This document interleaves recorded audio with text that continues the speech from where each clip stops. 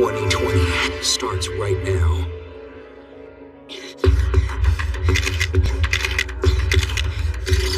Haven't you ever lied? And then has that lie been blown up and broadcasted around the world? Sherri Papini, what you've never heard before. The phone, it dropped. What she now claims actually happened. Her then husband speaking his truth. I mean, essentially, you were the target of one of the biggest hoaxes perpetrated on America in years. Next tonight, hear the desperate search for a missing mother in California. Sherri Papini. Sherri Papini. Why did you lie? I didn't do anything wrong. Right now, you're not telling the truth, which is doing something wrong. Branding hockey pucks against her arms and legs. I wish I could just say, I don't remember getting in the car. And you're trying to get there, and you're trying to get to this moment where I can't tell you. There were definitely lots of people saying, oh, this is BS. It's an obvious hoax. And now it all comes crumbling down.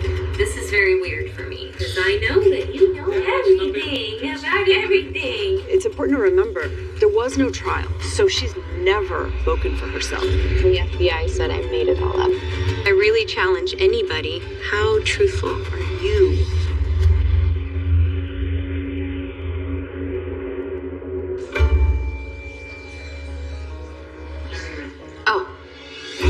Sherri Papini, world famous for her disappearing act in California in 2016. First, she claimed she'd been kidnapped and her captors had beaten, bound, and unbelievably branded her. Then she admitted she just made it all up. She pleaded guilty to lying to the FBI, and now, after prison, divorce, and public humiliation, she has something to say for herself in a new documentary. It's called Sherri Papini, Caught in the Lie, which premieres on May 26th on ID and streams on Max. The Sherri Papini that's out there, it's not me. She's not real. It's just this version of me that has been created. She's never spoken for herself. So what the public knows of Sherri is the interviews that she did, the police interrogations, where she is very actively misleading. She is very actively lying. There's this version of the story of, oh, you're only talking now because you got caught. And also, thank God, it's about time. How did it come to this? Well, it's kind of a strange story. It all began, naturally, with that once upon a time of crime. A 911 call. 911, what is your emergency? I just got home from work, and my wife wasn't there, which is unusual. She was reported missing at about 5:30 p.m. on November 2nd.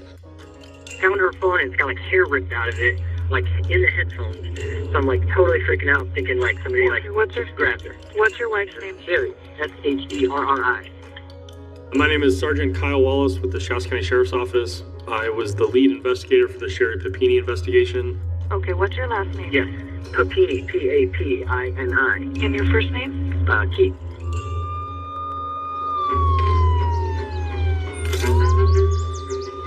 The whole Sherri Papini story was just a huge bombshell to this area. The search is intensifying for a wife and mother who disappeared while jogging in Redding, California. The briefing was, we have a lady that's out jogging, came up missing. Her husband came home not to find her, and the kids were still at daycare. Sherri was last seen about a mile from her home in Mountain Gate. Search teams are looking everywhere, trying to piece together what happened to Sherri Papini. She is considered at risk due to the suspicious circumstances. There was definitely a sense of fear. We just knew that a young woman had been taken somewhere near the I-5 freeway. Her family suspecting something went terribly wrong. Someone took our daughter, snatched her out of the thin air. What does it feel like to have that thought that somebody has abducted your wife? Scared? I was scared. Everything from day one had your hairs up on the back of your neck, just trying to figure out what was going on. Sherri's disappearance was the start of a mystery that would grip the entire country as detectives searched for answers in the rural Northern California town of Redding. Redding is unique. Northern California, 2 hours north of Sacramento. Roughly 180,000 people that live in Shasta County, but half of those people live in Greater Redding area. It's just a very get her done kind of community that helps one another. Sherri has been described as a supermom. Yeah, she's always wanted to be home with her babies and to be an important role in their lives. From everyone we talked to, Sherri, who was a stay-at-home mom, cherished her family life, doting on their 4-year-old son, Tyler, and their 2-year-old daughter, Violet. I know my sister would never leave her children, never leave her babies. They were a very nice couple, sweet young people.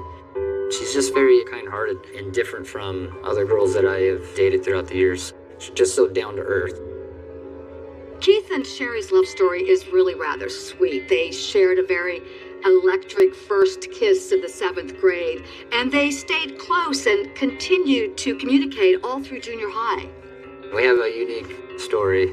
Years later, we kind of reconnected, and I remembered that I kept her notes that she wrote me. I took her out on a date, and I handed her a box, and of course it was like all our little love notes back and forth. I mean, this is like a cosmic connection. Yeah. No, like we were always meant to be, for sure. For Keith, there was never anyone but Sherri. He knew he wanted to marry her, and he did in 2009. They later had 2 beautiful kids. They're all living together in the very same house where Keith grew up. Their whole relationship has just been a storybook relationship. They do just very sweet things for one another. Even her wedding photos. Looks like a celebrity wedding. Just so glamorous. The cutest, prettiest couple. We see these amazing family pictures, absolutely perfect. Everybody's so happy. That is an incredible, stark contrast to the anguish we saw from Keith in November of 2016.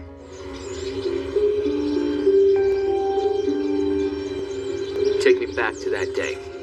It was a little cool in the morning, but it was a nice day.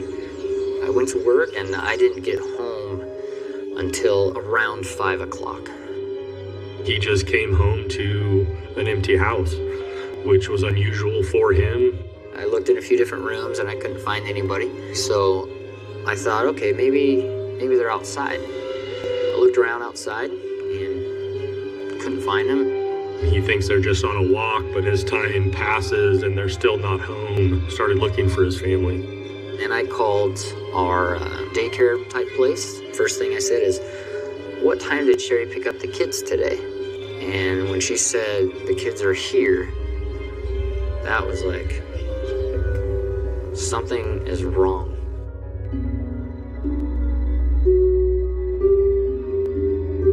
Keith goes to the Find My Phone app, and he starts to track where Sherri's iPhone is.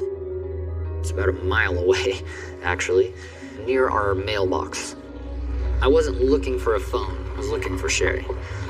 When I didn't find Sherri, I parked and I got out. And now I'm looking for a phone because it's saying it's here. Keith was so smart. He took a picture of the phone when he found it because he thought it was weird, but he knew it was important and he wanted to show it to the police. Where exactly did Keith find Sherri's phone?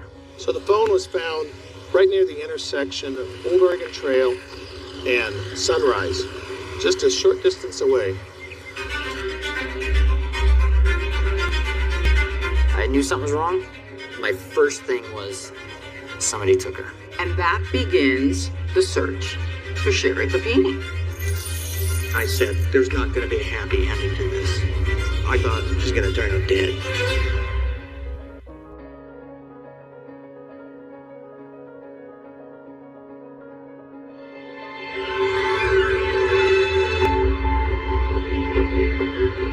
This morning, search teams scouring these rural roads and trails, trying to piece together what happened to Sherri Papini. We're just using a map and we're doing some grid searches. The married mother of 2 vanishing without a trace last Wednesday afternoon while jogging near her Redding, California home. It wasn't just that Sherri was missing and her cell phone was found. It's that her wallet, her purse, Her keys were all at home. She hadn't used her credit cards. She hadn't been to the bank, the ATM, nothing. Ms. Papini has been entered into a national computer for missing persons. She is considered at risk due to the suspicious circumstances. Everybody put your good thoughts out there, put your prayers out there, and let's find Sherri. How quickly did public attention start to focus on this case and the Papinis? Oh, immediately. Every day. You couldn't turn your TV on without seeing, Sherri's picture. The desperate search for a missing mother. Sherri Papini. Last seen on Wednesday, the 34-year-old has been missing. It got massive headlines. I mean, everyone was following the Sherri Papini case.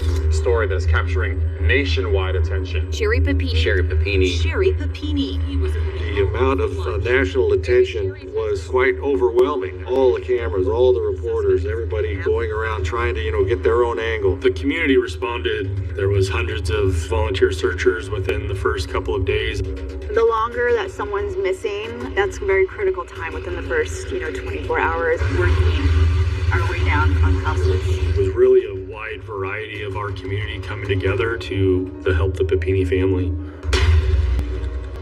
Not only does the family offers a reward for the safe return of Sherri, but so do perfect strangers. A GoFundMe page is set up. That page, set up by Keith's friends, promises all funds will go directly to the family to aid in search efforts to bring Sherri home.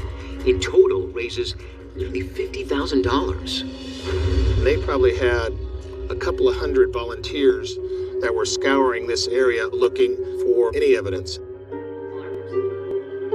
Keith is volunteering in the search.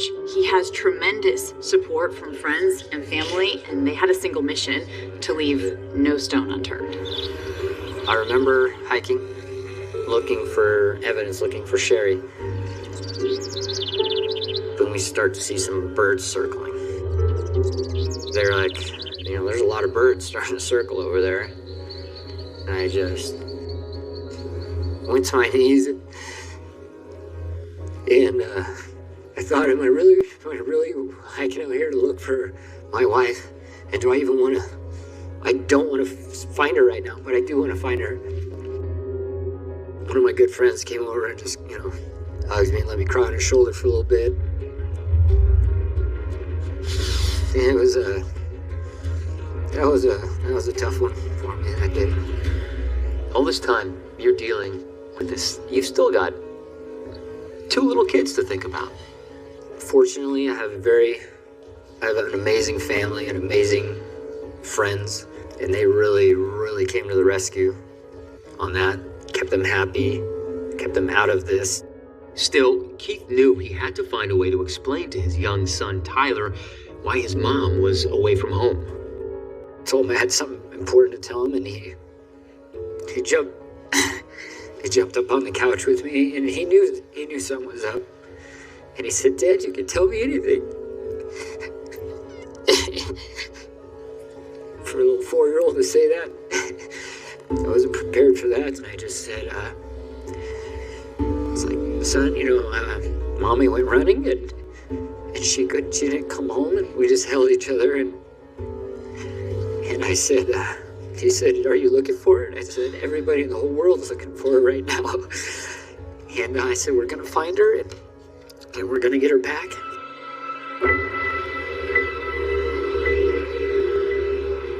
ABC News has learned police have suspended the ground search for the missing 34-year-old. Detectives now scouring surveillance video. It is very frustrating for our investigators that we haven't gotten any viable leads or tips to pursue on.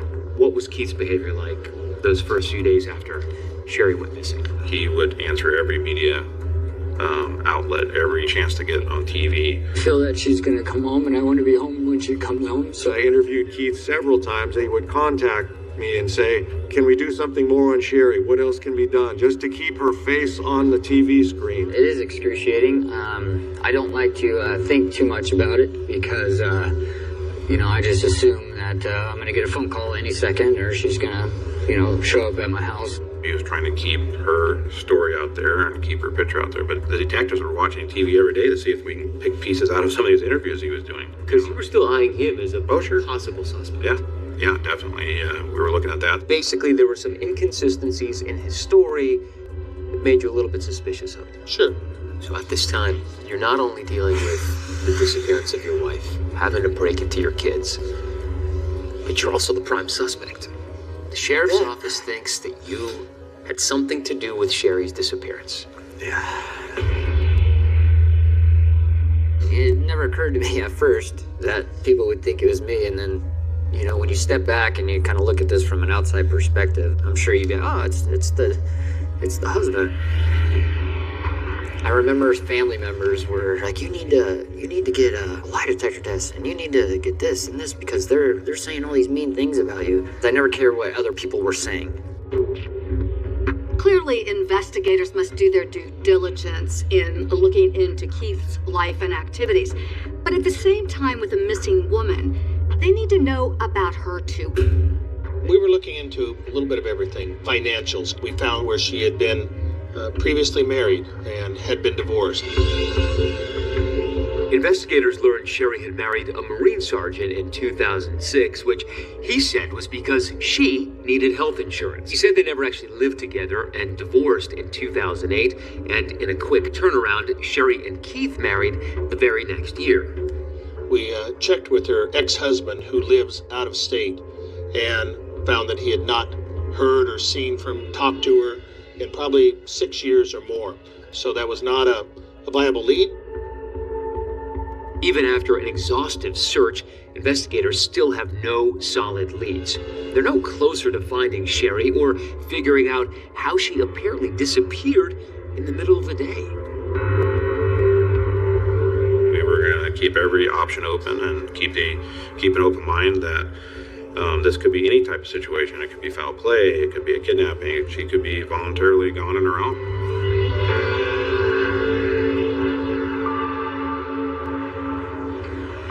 Terry and Marilyn Smith, take one more. It just brought back a flood of memories. The last time anybody saw Tara Smith, it was on this remote gravel road. Another pretty blonde girl missing again from Reading. There's a resemblance of Tara Smith and Ms. Papini, which made it maybe even a little bit more eerie.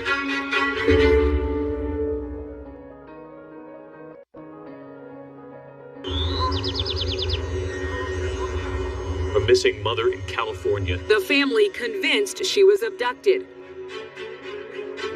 When you think about it, it's really rather unusual for a person just to be snatched off the street in the middle of a jog. But in Redding, California, it was not the first time. The last major disappearance in this county was of Tara Smith. That's correct. Hey, hi, Tara Lynn. Yes. My granny's car. Tara was 16, very outgoing, very friendly, well liked by just about everybody that knew her. You'll do great. Thanks, Mom. We did everything together. We were at church every Sunday together. We had a very close church family. She was a good daughter. We had typical teenage confrontations, as most people do. Tara Smith was 16 years of age, seemed to be extremely active in school, very good student, had lots and lots of friends. She had recently started taking a Taekwondo class with one of her best friends. She was spending time at the dojo and had this new instructor, Troy Zink. The Smiths owned and operated a family entertainment center in the town of Reading, and Tara was the oldest of their 4 children. She helped out at the family business, and she was supposed to be working that night. So 6 o'clock comes and goes, and she doesn't show up, and that's not like her. She was always where she was supposed to be, when she was supposed to be. So I called home. Her younger daughter, who was 10, said that she had gone for a run, and she hadn't come back. But started off looking at it from the perspective that this is just a teenage kid maybe somebody else's house, visiting somebody. So I started driving all the roads, looking for her running somewhere. Started calling her friends, and nobody had seen Tara. We just couldn't find her. And one of her friends called back and said she believed her Taekwondo instructor, Troy Zink, had an inappropriate relationship with her. On the very first night that she was missing, Mr. and Mrs. Smith were looking through her bedroom and came across some journals that Tara kept. And in reading her journals, there were pages in there relating to a relationship between Tara Smith and Troy Zink. They also say they found this 4-page letter that Tara had addressed to Troy Zink. To the Smiths, it seemed to confirm that she was involved in an intimate relationship with him. She wrote, "I know that what I'm doing is wrong. There is no way to overlook this fact. It's against God's will, and we both know it." But the letter also makes it clear that Tara had deep regrets, and she decided to end the relationship. She wrote, "Ask yourself this question. Are you putting yourself and us before God? I know I am, but not anymore." We think she intended to give a letter to him and then opted to meet him in person instead. We know that she did call him the day of her disappearance, which was Saturday. She wanted to meet with him, to tell him in person that she was calling off the relationship. I called the house, talked to his wife, and she didn't know where he was, but he wasn't at home. At this point, the Smiths call the police, and an officer is sent to Troy Zink's home. Now, he's nowhere to be found, and Zink never contacted police that night, but guess who he did call? The Smith family. He did get home and called us back. Like 11 o'clock. And said that Tara had called him and asked him to come to her on the road back behind her property, and she asked for money. He claimed that he told her he wouldn't give her the money, that she got angry, started cussing at him and screaming and hollering. And he ultimately dropped her off at an intersection. And he says that he last saw her jogging east on that fairly busy road. And then he proceeded to go home, get his dogs, and then go up to the mountain to pray.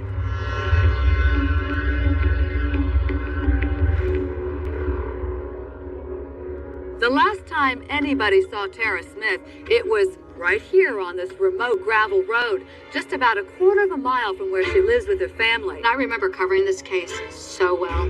I covered it for a while. Last person to see her was Troy Zink. Police launched an extensive search for Tara, but no body or any trace of her was ever found. Mr. Zink, could we have just a second? Once Troy Zink was named a person of interest, he retained a lawyer and then refused to talk to investigators or submit to a polygraph test. And while that case still remains open to this day, Zink is on the record saying he had nothing to do with Tara's disappearance, and he was never charged. I know the remains, something is always found. People don't just go missing and are never recovered. And sadly, that's not the case. 18 years had passed since Tara Smith went missing, a tragedy still fresh in the minds of the Reading community when Sherri Papini disappeared in a similar way. It was on the investigators' minds. In fact, there is a resemblance of Tara Smith and Ms. Papini, which made it maybe even a little bit more eerie. The hunt for a woman who vanished without a trace. We lost our daughter. She never came back, so I don't think we thought Sherri would be found. This whole incident just brought back that fear and concern in our community that was rampant back then when the Smith woman was missing. Missing mother last seen jogging near her home. What happened to Sherri Papini? That's part of what made our community really get behind Keith and his efforts. It is very difficult for me and for my family. I would never wish this feeling upon anybody. It is taking its toll on me. Now at this point, Keith is contacted by someone who claims he can help as a hostage negotiator. these videos this guy was putting out, when I watched them, I was a little shocked. I wanted to make it so tempting that the abductor's own mother would have turned.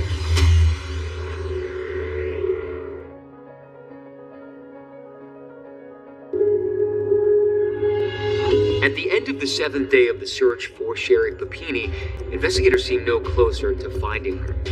I'm just wondering about her health. Are they feeding her? Is she hot? Is she cold? The rule of thumb for criminologists in any missing persons case is that the first 72 hours are critical, and with every passing hour, the chances of finding the victim alive fade. So investigators looking for Sherri are desperate for a break, but still at this point the only piece of evidence they have to go on was her phone. The phone was found in this general area right here, facing up. Her earbuds were somewhat coiled and placed on top of the phone, and there was a few strands of her hair with the earbud. Did it make you think that perhaps it was staged? It looked like it could have been placed there. It didn't look like the phone was thrown down or just haphazardly set off to the side. There's so much about the abduction that just doesn't add up. And so with so very little to go on, investigators can only do one thing at this point, and that's focus their attention on Keith Papini. We called in a polygraph examiner to polygraph Keith. I was like, no problem, let's hurry up and get this over with. It's a crazy feeling just going through that. Did they ask you if you had anything to do with Sherri's disappearance? Oh, of course. These tests, they don't tell you if it's a big lie or a small lie. They just know, like, when you're lying. How did he do on that polygraph test? He passed polygraph. Local officials are saying her husband's polygraph test indicates that he had no involvement with her disappearance, adding that they were also able to confirm his whereabouts the day she went missing. Everything that he did that day, we were able to corroborate. He was with another coworker that we were able to say that he was with him all day. In most cases of domestic abuse or disappearance, the spouse or the partner has something to do with it. That never bothered you. I knew, obviously, I had nothing to do with it, and I didn't care. I looked past all that. The police are still no closer to locating Sherri or figuring out why she was taken or by whom. We need something tangible to hold on to. And when you don't have that, or you're dancing around some answers that may be there, it can get very frustrating and taxing and tiring. Now at this point, Keith is contacted by someone who claims he can help as a hostage negotiator. His name is Cameron Gamble, and he tells Keith that an anonymous donor has offered $50,000 for Sherri's safe return, no questions asked. You don't know who the anonymous person is? No. It's anonymous to you as well? Yes. My name is Cameron Gamble, and I'm an international kidnap and ransom consultant. I've been retained by an individual who wishes to remain anonymous. Who is Cameron Gamble? We know he's a former Air Force senior airman who makes a living training military, law enforcement, even private citizens on how to evade and escape capture. There was no idea or thought that if I think could work, that I was not going to try. Gamble decides to post a video on YouTube promising the kidnappers a payday. Take advantage of this opportunity. But there is one very important condition. They must return Sherri by the Wednesday before Thanksgiving. What made you so confident that this was an abduction and not something else? Everything I looked at fit that bill. Look at the husband. He wasn't faking it. Look at Sherri herself. This isn't the type of girl who's just going to walk away from all that. Bring her home. Bring her home safe. There's a $50,000 reward. Bring her home. Cameron Gamble makes this public plea specifically to the kidnappers. And he says, I will work with you. I will talk to you. I will negotiate this. Contact me. Well, of course they don't contact him. Your critics would say that this is a publicity stunt. They can say that all they want. I don't do this for the critics. I do this for the small number that actually matter, and that would mean Keith and Sherri. I don't know your motive. I don't know who you are. I don't care. I simply care about getting Sherri back. Did you ever expect someone to ring you up and say, I have Sherri. I want the money? I was hopeful. You were so convinced that Sherri was still alive. You know, you go into these situations thinking they're dead, then you lose hope right off the bat. Though Cameron Gamble's motivations are sincere for the investigators on the case, his involvement muddies up what was already a murky case. We were opposed to it, and the reason we were, this would create kooks, scam artists, con artists coming out of the woodwork. There were some big opponents to this. The sheriff was adamantly opposed to Cameron Gamble being involved in any way. For me, I was going to do everything I could to get my wife back. The deadline for the ransom comes and goes, not a peep from the kidnappers. So on the day before Thanksgiving, Gamble throws Hail Mary. The ransom is now a 6-figure bounty, and it's for anyone who turns in the kidnappers. You lead us to Sherri, and we give you more cash than you can spend. These videos this guy was putting out, when I watched them, I was a little shocked because it went from cooperate with us, we don't care, to now we're taking the money off the table and we're coming after you. I wanted to make it so tempting that the abductor's own mother would have turned it in. About 3 weeks after Sherri disappeared, on the morning of Thanksgiving, before the sun has even come up, this trucker calls 911. 911 emergency, what are you reporting? There's a lady on the side of the road needing help. Can I talk to her? Oh my God, this is unbelievable.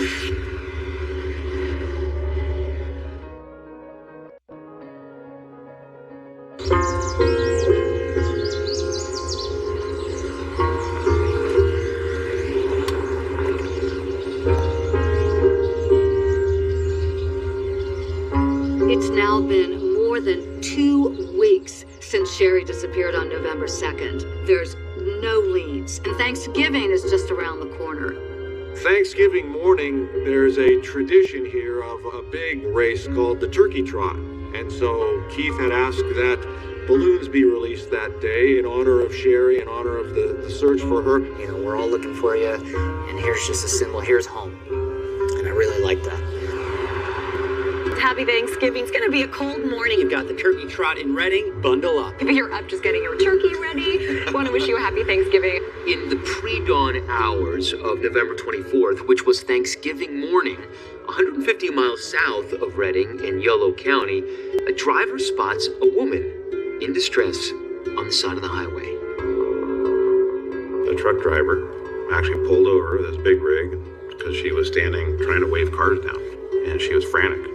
So this trucker calls 911. 911 emergency, what are you reporting? Hi, I have an emergency. There's a lady on the side of the road needing help. Do you know what's wrong with her? She's saying that she got kicked out of her boyfriend's. Okay, just be safe where you are. What is she asking for? She's chained up, her vision's blurry, and she needs an ambulance. Do you see her chained up? Yes. Her name is Sherri Papini. Can I talk to her? Sure. Please, Sherri, I need you to listen to me.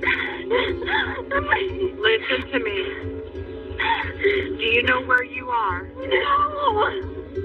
No. You've been in the car. Okay, take a deep breath, sweetie. Who chained you up? Do you know the person or were you kidnapped? I don't know. Okay, listen, I have help on the way.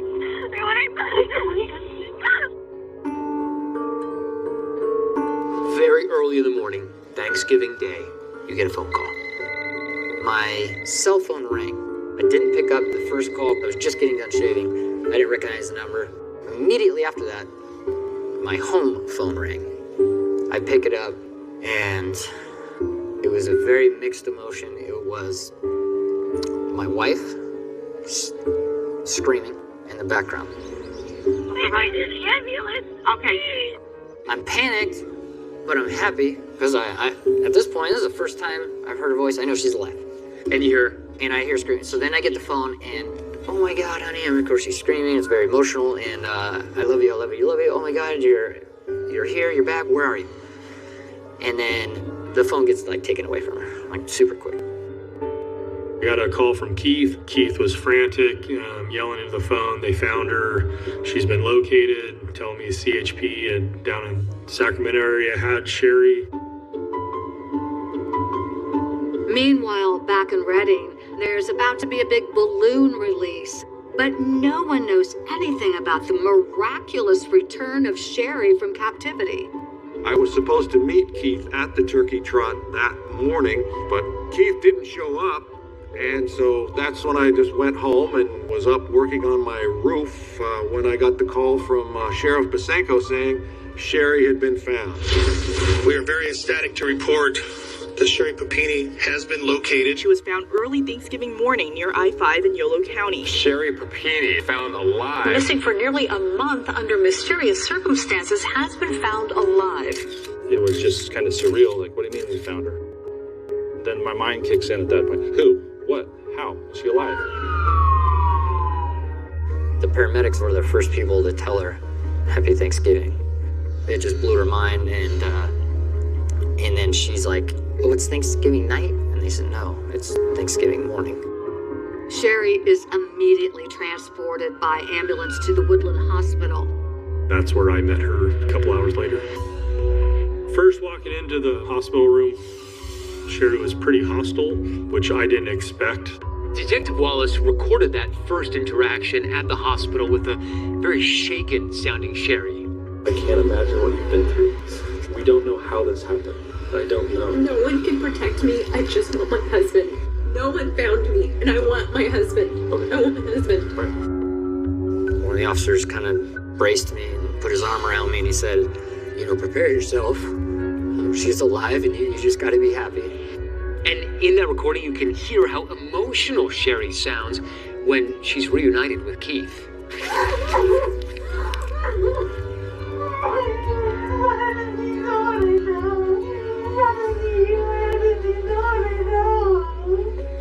Sherri Papini is found alive, and everybody is ecstatic about her safe return. But this story is about to become far more twisted than anybody can imagine.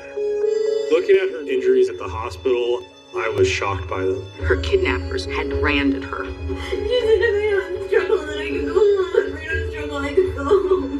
Why would you starve her, torture her, and chop off her hair? How could somebody do something like this? That's the mystery. Why?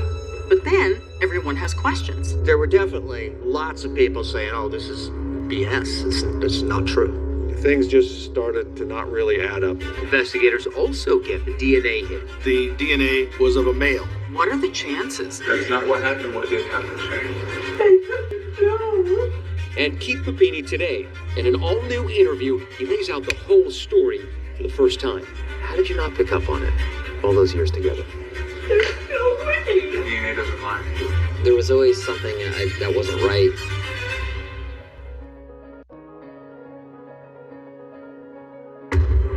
The story that the world thinks they know is that I am a master manipulator who's fooled everyone. Sherri Papini, the woman behind one of the most outrageous hoaxes ever, now speaking out with yet a different version of her story. That's my magic wand. Why did you lie? Into that case that made national headlines, Sherri Papini. Sherri Papini. Sherri Papini. I can't remember lifting my leg. I can't remember the back door open. You seem scared, Sherri. But that's not what happened. What did happen, Sherri? How her then husband and the world were conned. Everything you thought was true wasn't true. And you have a battered, beaten, bruised, burned woman screaming her head off, chained, boards on the walls. Who are you going to believe in that moment? We're trying to understand why you did that too. Is that evil or is it just sick? Now, Sherri Papini's latest claim. I wish more than anything I could have been more truthful. I just wanted to go home.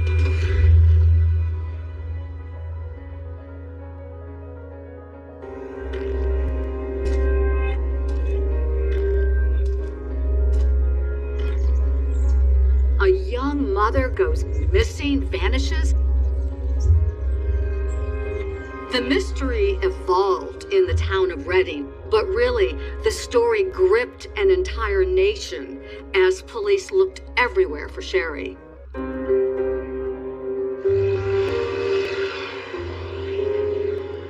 About 3 weeks after Sherri disappeared, 22 days later, on the morning of Thanksgiving, before the sun has even come up, she's found alive. Good morning, America. A Thanksgiving miracle. Sherri Papini, the Shasta County mother, missing for 3 weeks, has been found alive. We are very ecstatic to report that Sherri Papini has been located. She and Keith have been reunited. It was Thanksgiving Day. They just said Sherri's back. Sherri's home. She's been found. We were so happy for Sherri, so happy for her family that they got her back. And then it felt like just a stab in the heart at the same time, because we didn't get our daughter back. It brought all that pain back again, to not get our daughter back.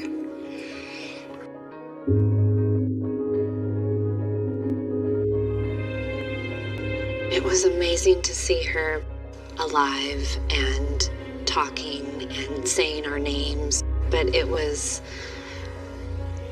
hard to see her in the condition that she was in. Looking at her injuries at the hospital, I was shocked by them. I've been to several homicides, I've been to several domestic violence situations in my career, but the totality of the injuries, for it to be all over her face, her arms, her legs, and her chest and her back, was just alarming. In 2016, I spoke to Keith just days after Sherri returned. What did you see? The bruises were just intense. Her hair, everybody knows Sherri. She's always had very long blonde hair. And, they chopped it off. She lost almost 15% of her body weight in 22 days. That is traumatic physically. It made me sick that there is people out there that could do something like this. Now, the detectives want to talk to Sherri. They're looking for any information that she can give them about the horror that she had just endured. But it didn't really seem like Sherri wanted to talk to them. I don't want to talk to you. Tell me, I need to look at them. I'm not leaving. Sherri says she doesn't want to talk to the police because she's afraid of them. Her kidnappers told her that she was going to be sold to someone as part of a sex trafficking ring, and that one of the people involved was actually in law enforcement. You said that they were involved. I don't want to talk to them. I don't want to talk to them. She really wasn't having any part of talking. We made the investigative decision to keep Keith in the room to hopefully start getting the information. We have to do this, and we have to catch these people. Let's just answer everything they want to know. With Keith asking the questions, Sherri begins opening up about what happened to her. On November 2nd, Sherri said she was on a run in her neighborhood. She initially saw a black SUV going north. What was the car? Where did she look? It was an SUV. It was a dark colored SUV. Dark colored SUV. And there was just one person. Two. Two women. There was another one in the They were Hispanic. They spoke Spanish a lot. She said the younger female got out with a handgun, and Sherri just froze. She was instructed to get into the vehicle. I'm sorry. I got to the car. I'm sorry. But first, she places her cell phone and earbuds on the ground and pulls out some strands of her hair to place on top of those items. They begin to drive. She doesn't know where they're going. That first day, you must have been in the car for a while. Is that right? I don't know. I lost time. I lost a lot of time.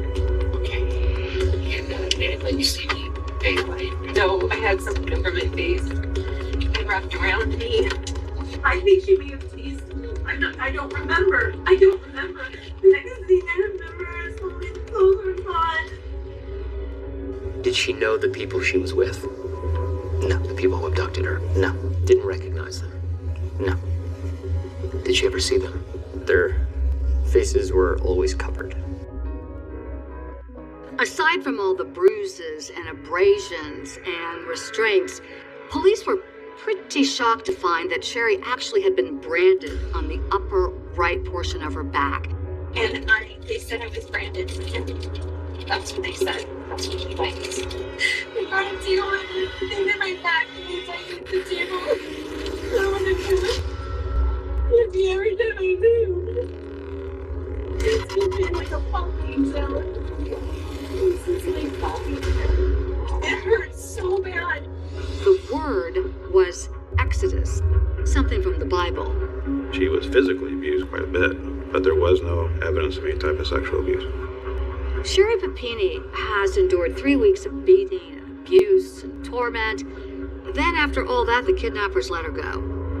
Sherri says she has no idea why they suddenly decided to release her. I'll never forget hearing Keith Papini talk about the moment he got to see his own children reunited with their mother. 4-year-old Tyler went first. He hugged her, and my wife, obviously very emotional, and started crying, and she said, "I'm so happy." And my son, of course, is like, "You don't cry when you're happy." And my wife said, "When you're this happy, you cry." Then it was 2-year-old Violet's turn. She just said, "Mommy," and just took off running, and she picked her up, and then we all went to the ground for a big family hug. What a blessing, right? That she was found safe. But then, everyone has questions. Once she returned home, we went from worrying about finding a lady to now finding her abductors. The cops took every piece of clothing that she was wearing, including her underwear. They bagged it, sealed it, because they were going to test it for forensic evidence and DNA. Authorities are now searching for 2 Hispanic women armed with a handgun in a dark SUV. I see a vehicle go past. The window goes down, but it was a woman. There's dangerous people out there inflicting this type of harm and torture onto somebody. It's like, oh my gosh, do we have a monster in our midst?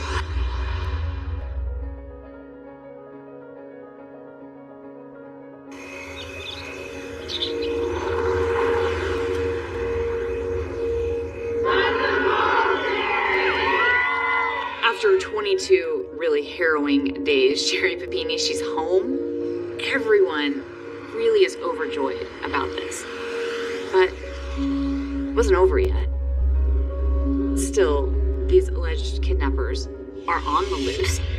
Officials say they're looking for 2 Hispanic women that they consider to be armed and dangerous, driving a dark SUV. 2 Hispanic females in a dark-colored SUV in the state of California is not much of a tip. No, it would be literally a needle in a haystack. The investigation is far from over. In fact, it has only begun a new chapter.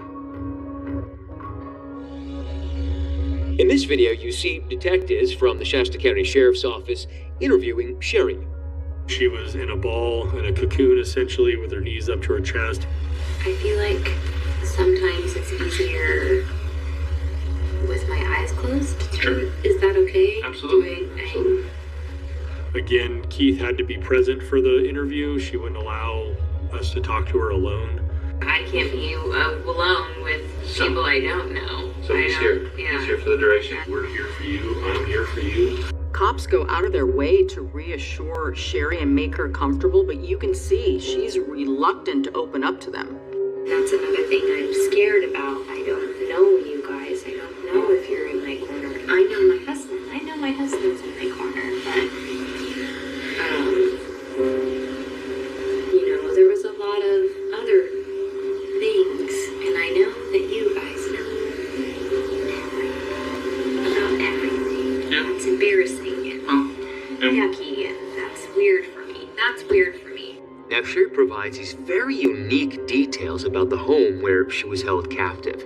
And all of these specifics can help investigators narrow the search, especially as they get closer to potential suspects in a case. She said she was put into a bedroom. Sherri described that bedroom with just a single bed, no other artifacts inside the room. There was boards on the windows, and I yanked them out of the wall super quick, and that's what got her in the room, was that noise. The yanking it out was what made the noise. Broke my nail, ripped it off. She came in, and then it was lights out.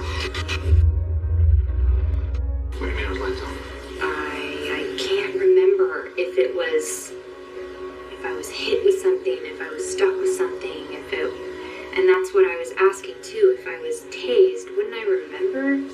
Sherri tells investigators that she was chained to a very specific kind of pole in the closet. There was a chain around my waist. Do you know what you were affixed to? Was it a tether? Was it like a rope? A metal cable. Was the cable affixed to the wall and like the cable was loose? The cable was affixed to a pole that went up into the ceiling. She describes it as a piece of all thread, essentially a long bolt that has grooves, just like a screw. So the cable that you were attached to, that was loose? I had slack. Slack. Yes. I could get to the bed, so it reached the bed. Okay. I could obviously get to the closet. Couldn't reach the door. About the bathroom? What's that look like? But it just was a standard. There was a crack in the tile. It was a light colored tile that was speckled. There was a crack in the tile. It was always hands on the wall. It was a really high pressured shower. That very first shower that I had hurt really bad because the burn was fresh and the water was running over it, and there was other open wounds, and it just...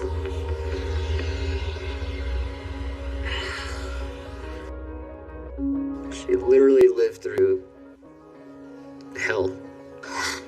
The things she told me that she did. Acting like she was tucking in her kids, and she told me one time she took some piece of cloth and rolled it up like it was violin, and she would rock it. She's so strong. The Shasta County Sheriff offered new information this afternoon into the abduction and discovery of a Reading woman. The sheriff held a news conference today describing Sherri Papini as courageous and revealing details about her 3-week ordeal.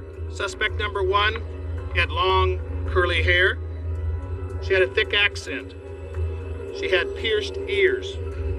Suspect number 2 had straight black hair with some graying color. She had thick eyebrows. I lived here most of my life.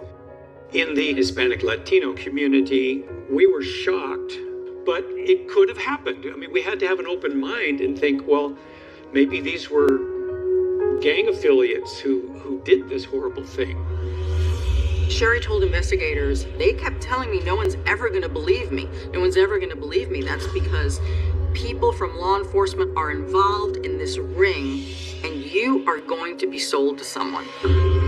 We do have some sex trafficking going on in our community, unfortunately, like probably every community. But there are others who thought that certain details of Sherri's story weren't actually consistent with sex trafficking. If you're going to traffic someone for monetary purposes, are you going to starve them, beat them, especially in the face, chop off their beautiful long locks?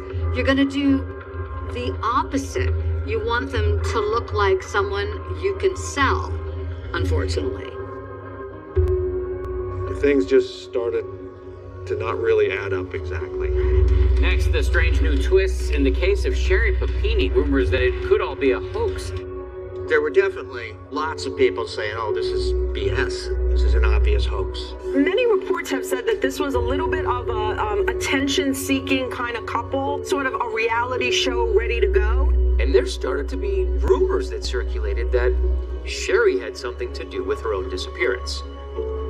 Did that anger you? In my darkest hours, I obviously explored any possible outcome. You know, could she have just left? I mean, there's no evidence. And then, as everybody will tell you, no, she couldn't. I knew it in my heart.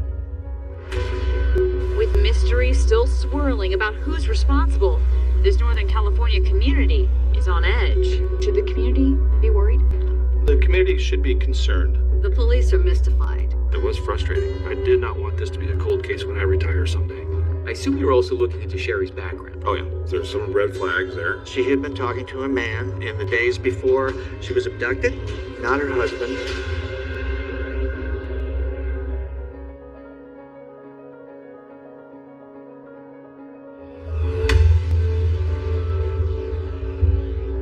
And 5 months later, there is still a lot police don't know. There is concern about inconsistencies in Sherri Papini's case. There were no witnesses at the time. We had very little to go on. Some things just weren't adding up. While the police are mystified, the Papinis go quiet and lay low. Sherri and Keith have a dinner with the Smith family. Remember, those are the people who still have no answers on their own missing daughter, Tara. We had a nice dinner, just, I guess, to talk about the shared experience, kind of, and support them. We didn't ask questions. We didn't probe too much about her experience, but it definitely looked like she had been traumatized. She went to use the restroom and was so claustrophobic. She said as a result of having been bound in a close space that she asked Keith, her husband, to go in the restroom with her. We thought, given what she experienced, was understandable. When lights are off, when doors shut, when she hears certain sounds, I mean, it's something that I don't know how to deal with, and we'll need somebody that, can help her through that from a professional standpoint. Sherri gets that help, and it comes from a government program that gives financial aid to victims of crime. And it paid thousands of dollars for therapy to treat the anxiety and PTSD that Sherri claims she suffered from that kidnapping.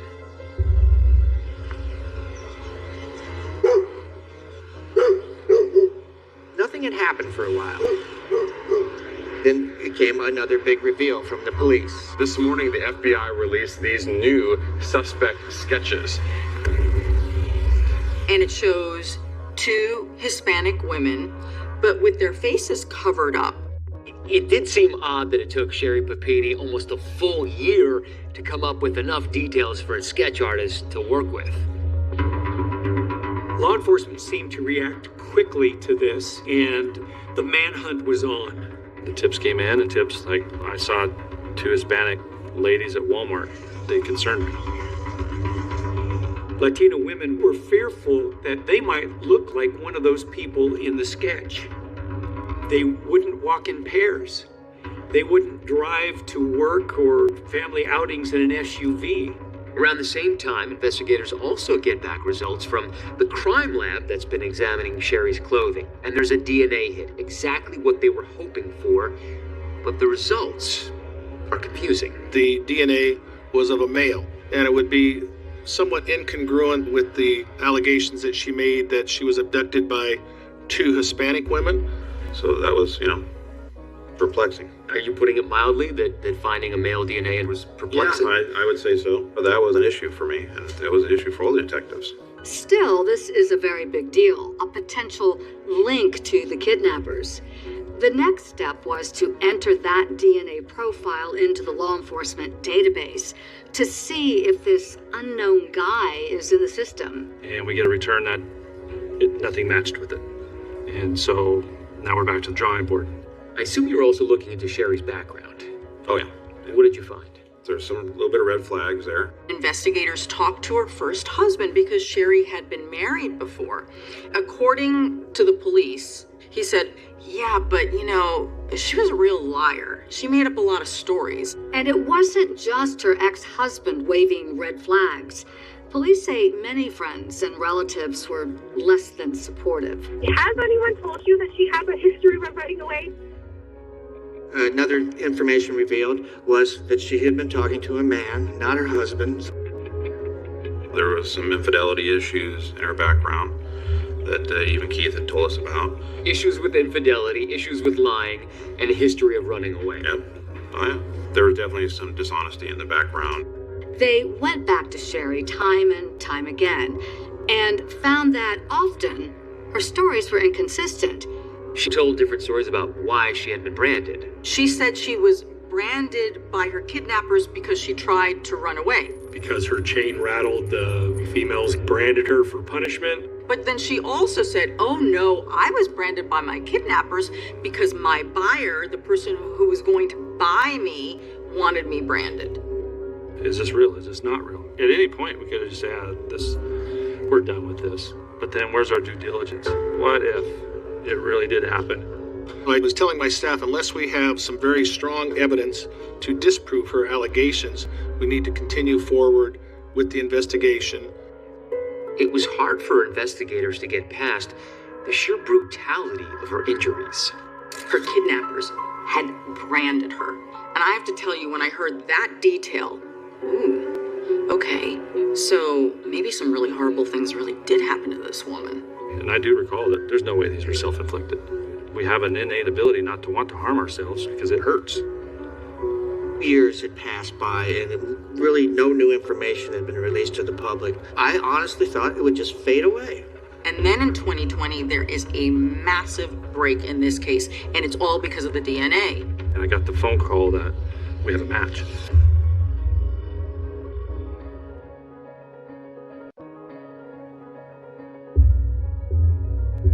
Four years after Sherri's kidnapping in 2020, investigators decide they need to focus on finding the source of that male DNA found on Sherri's clothing. Investigators asked permission of the courts to be able to run that DNA against all those DNA ancestry type websites where people contribute their own DNA, looking for familial DNA. They're hoping somebody in this guy's family had used one of those DNA websites. If they find a relative, they've got a lead. And it worked. The familial DNA. This man has 2 sons. One of those sons used to date Sherri Papini. It came back to James Reyes, an ex-boyfriend. And you see James Reyes in a photo with Sherri from one of her social media posts. It's a massive break in the case. So the FBI field officer and myself went down to James's residence to do the confrontation. Oh, good morning. Good morning. Obviously, he was a little reluctant. He was scared. We're here regarding Sherri Papini. Okay. Just trying to figure out how you know her. When was the last time you talked to her? Well, me and Sherri dated back in 2002. I haven't talked to her in years. There's information I think you have about the abduction.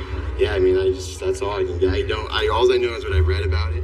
We're just trying to understand if she was truly abducted, is she lying to everybody and got on 2020 and is a liar? Are you willing to tell us what happened yesterday? Let's sit and talk. And it's not until 53 minutes into this interview that they get Reyes to finally come clean. I didn't kidnap her. I just... friend in need asked me for help, and that was that. What did she say? She was trying to get away from her husband. Like, her husband beats you, your husband raped you. I don't know what her deal was. She made up stories. Keith was abusing her. She needed to get out of that relationship. As Sergeant Kyle Wallace chats up Reyes, his FBI colleague wanders the apartment. Is it okay if I look in the room, the closet? I'm curious if it's the same as she described it. Ding, ding, ding, ding, ding. This apartment, this closet, and this bathroom look just like the place that Sherri says she was held captive. All the way down to the all-thread. All-thread, that's the screw, the metal pole that Yeah, the metal pole and the screw. She said she was chained to that. Chain, yeah. The ex-boyfriend's version of what happened is radically different from what Sherri told the authorities happened. But you're saying absolutely. There was just you and her in the car. There were no females involved.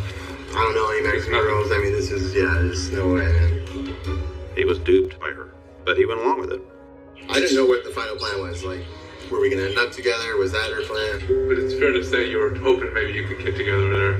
No, I wasn't there yet. She instructed James to get a rental car, leave his cell phone at his house, and drive the 9 hours or so to get to Redding, California to pick her up. He gets her down to his apartment, gives Sherri the bedroom, and he sleeps on the couch. Sherri asked him to put up the plywood to block out the window. I think James thought it was strange, but he was also just helping a friend. Sherri told the world that she had sat there, locked up, chained, miserable, abused. But Reyes says the truth was that she voluntarily spent time alone reading the news about her own disappearance. She starts to act erratically, according to him. She starts losing a lot of weight. He says she's not eating much. One day he came home from work and she'd cut off her hair. But then things get far more twisted. Remember all those terrible injuries covering Sherri's body? How did all that stuff come I mean, about? she did while she was here. I mean, she just hit herself with something, created a bruise or something. And I helped her. I mean, I didn't punch her or anything. She just was just like, banked a puck off my leg. So I shot a puck off her leg, lightly. Reyes also says that Sherri slammed a hockey stick into her own face. That's how she injured her nose? Yeah. It's a weird situation. I mean, I know and that's my life. Like, man, what the So now he's describing a situation where he has an unhinged woman in his apartment. She's bleeding, bruised, burned, and scarred. Then she says to him, I need you to brand my back. I'm like, oh, this is probably gonna hurt. I mean, I've never done this. I can't say I did a good job, you know what I mean? That's scary. Have you ever done that to someone? Yeah. It was so hot, it was red. What did she do for the pain, if anything? She never really complained about a lot of pain. I want to say after this amount of time in law enforcement, nothing surprises me. But I was a little taken back. And then she was like, I'm ready to go back to the kids. And she started missing her babies. And I'm like, of course. Everybody's got a plan until reality hits. It's just like, I'm ready to go. And I'm just like, Thanksgiving Day, I'm just like, seriously? Then before dawn on that now infamous Thanksgiving morning, James Reyes says he dropped Sherri off in a remote area. It's the greatest story ever of survival, right? Except it never happened. It's a lie. It's a hoax. It's all made up. We come up with a plan to do an interview to confront her with this evidence. And when we come back, 2020 takes you inside the interrogation room for that dramatic police confrontation. I didn't do anything wrong.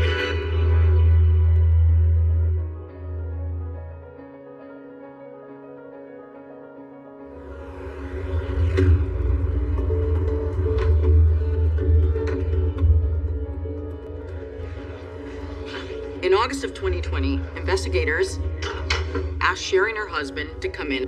Thank you for coming. We appreciate you taking the time to come talk to us. Thanks to the cooperation of that ex-boyfriend, James Reyes, investigators now believe they have solid proof that Sherri Papini's kidnapping was a hoax. A plan's developed to confront her with this and get a reaction. Does she have any idea what's about to happen? Oh, no. So were you able to find, like, where that house is? Yes. What? Tell me more. Tell me more. Okay. She's confronted with pictures that look exactly like the places she says. I mean, she described a crack in the tile in the bathroom. So this crack is in a different location than this crack, which is... And they showed her a picture of that exact crack. And they say, does this look like, the place that you were held captive? And she's like, yeah, kind of, but not exactly. It's pretty, excuse my language, it's pretty similar. But it's different. There was even a pole in the closet where she was staying. Remember this crack? Yes. Keith right next to her, jumping up and down, saying it's the right one. So he thinks this is a break in the case. Oh, yeah, absolutely. He thinks they found the abductors. Yes. We talked to the people that live there. Sorry. We found the house. We found who was involved. When the police finally drop the bomb, the mood changes and the body language changes. DNA came back, like I said, to a specific person. That specific person told us very specific things. And so if we can talk with Keith or without Keith here, what would you like? Do you want to step out or do you want to stay? Obviously, I want to stay. And you can see on that video that the detectives step out to let them decide. You need to stop waiting. Tell me the truth now. And at this point, Sherri tells Keith that she doesn't want police to catch that captor who she claims helped her escape. I don't want them to find her. You're not listening to me. Because she saved my life, and she's the reason why I get to hold my children every single day. The detectives go back in the room and pretty much lay this case out. The DNA that was on you belongs to James Rice. We talked to him. We've been on a polygraph. We talked to everybody around him. We have rental agreements, phone rental, car rental agreements. The reason why you lost so much weight is because you stopped eating. The reason why the brand is because he went to the store, bought the branding tools, and branded you. The reason why your nose was broke is because of a hockey stick. It's not an abduction. She asked me to come get her. No. I rented a car. I drove up and picked her up. You passed the polygraph test, Sherri. That's not what happened. What did happen, Sherri? I don't know. No, there's no way it's James. There's no way. There's no way. DNA doesn't lie. And she's like, no. You mean he's behind it? I just cannot believe that my ex-boyfriend is behind my kidnapping. Keith is in the room when they're identifying and talking about the ex-boyfriend who she was allegedly with that whole time. Yeah, and Keith he gets up and walks out.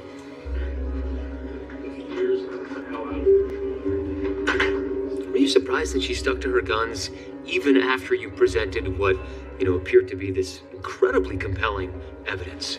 Not at all. She had spun the story for so long that she wasn't going to come off of it.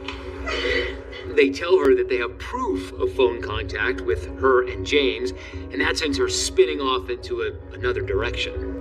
My fault that I was flirting with other men. It was such a stupid thing to do. To love my husband, to love my children. That's understandable. Here's the deal though, Sherri. Flirting with other men, not a crime. Lying to me today, yes, a crime. She just went into her cocoon state where she just tried to control the interview by crying, putting her head in her hands, not answering questions. So either I didn't do anything wrong. I know you didn't do anything wrong. Right now, you're not telling the truth, which is doing something wrong. And she's begging police to protect the captor who she claims let her go. Did a female point a gun at you, yes or no? I am done speaking to you until I talk to a lawyer. I will not arrest her. I am with my children because of her. I don't understand. There is no way that Jesse loves me. I agree. Did you ever get an impression from Keith about he wanted to leave? I'm an idiot husband that stayed around the whole time. He was so angry. He was so angry, so upset, so emotional, and just upset.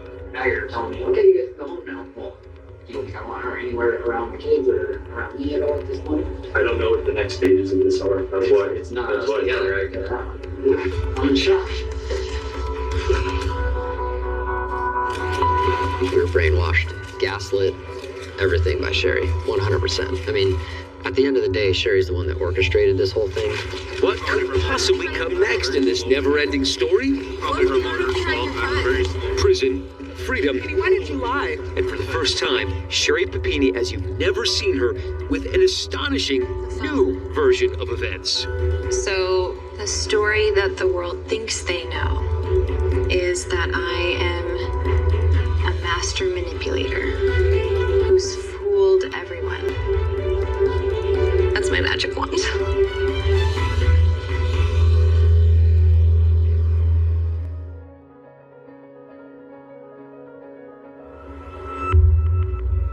In March of 2022, 6 years after Sherri Papini vanished while on an afternoon jog, Sherri Papini arrested on charges that she allegedly lied to federal agents about being kidnapped. News breaks that the mother of two has been arrested. Now being accused of making the whole thing up. A stunning admission from Sherri Papini has now admitted it was all a hoax. Will plead guilty to lying to federal agents about the case. There's a plea deal. She's avoiding trial entirely. As part of this agreement, she has to admit, which she did in writing and through her attorney, that she made the whole thing up. have people that you want to say? Papini, why did you lie? Sherri was sentenced to 18 months and was ordered to pay restitution. She served just under a year in federal prison and is now free. After her release, I spoke with her ex-husband, Keith Papini. So many people watching this would wonder, was his spidey sense going off? Didn't he notice that something was off? Of course I felt that way. There was always something that wasn't right. No one found me, and I want my husband. I want my husband. When you first encountered her in the hospital, what was your first instinct? When I pulled back the curtain and I saw her and I saw the look in her eyes, I felt in that moment that she was lying. And it wasn't until I went to her to embrace her and I could just see the amount of injuries, bruises, burns to her body, and it was a shock to me. And I remember thinking how horrible of me to even think that she could have done this to herself. So why do you think that she essentially concocted this hoax, disappeared, beat herself to a pulp for 22 days, and then continued to lie about it for years? I think she wanted me to be her knight in shining armor and run to her. She wanted to plan a fake kidnapping, but in her version, I was supposed to find her. This morning, new exclusive images of Sherri Papini back in court, now appearing before a judge as part of her divorce proceedings. Sherri and Keith are now divorced, but they have been engaged in this brutal custody battle over their 2 children. She apologized in court. But has Sherri ever apologized to you or the children? No, never. She has no remorse that I have ever witnessed or seen. Keith has spoken. Now it's Sherri's turn. I'm Sherri Papini. I was abducted and I was tortured, and the FBI said I made it all up. I mean, she is one of the most notorious liars ever. A new documentary, Sherri Papini, Caught in the Lie, premieres on May 26 on ID and streams on Max. It gave me the opportunity to finally say, hello, I'm Sherri Papini. Nice to finally meet you. And to be honest, I thought we were going to be making a psychological profile of, absolute liar and why she can't help herself from compulsive lying. But I made the story I found, and that's not what I found. Sherri now claims she was abducted, held against her will for 22 days, and assaulted. But not by 2 Hispanic women as she first claimed, but by that former boyfriend, James Reyes. That is what she maintains. She lied about one thing, that the identity of the person who abducted her. There was no master plan. There was no hoax kidnapping. There was a cover-up of what happened. And I participated in the cover-up.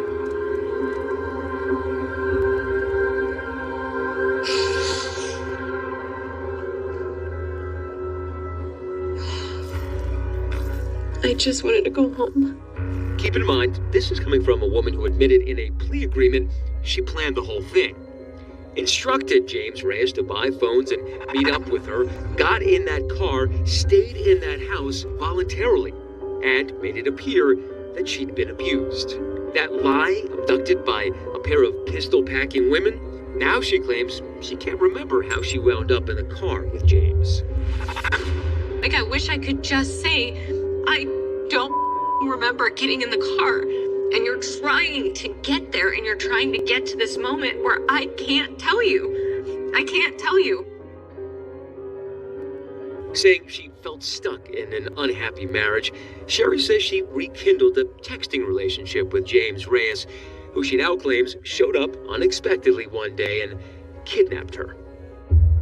She says she lied to the FBI, lied to the police and the world, because she was afraid of her husband finding out about her relationship with James. I absolutely think it's possible that she's telling the full truth. It's also possible she's not. In testimony in their custody case, Keith says Sherri's new allegations about James are just more lies. We have reached out to James Reyes for comment, but have not heard back. The Shasta County Sheriff's Office fully investigated James, corroborated his story with a polygraph, cell phone records, and witnesses, and has cleared him of any crimes. The Sheriff's Office declining to comment on Sherri's latest allegations, saying, quote, "We are choosing to focus on current public safety matters." And as the documentary comes to a close, Sherri wonders aloud about the wisdom of doing that interview. Do you think that this film is going to do more harm than good for me? Good question. That's our program for tonight. Thanks so much for watching. I'm Deborah Roberts. And I'm David Muir from all of us here at 2020 and ABC News.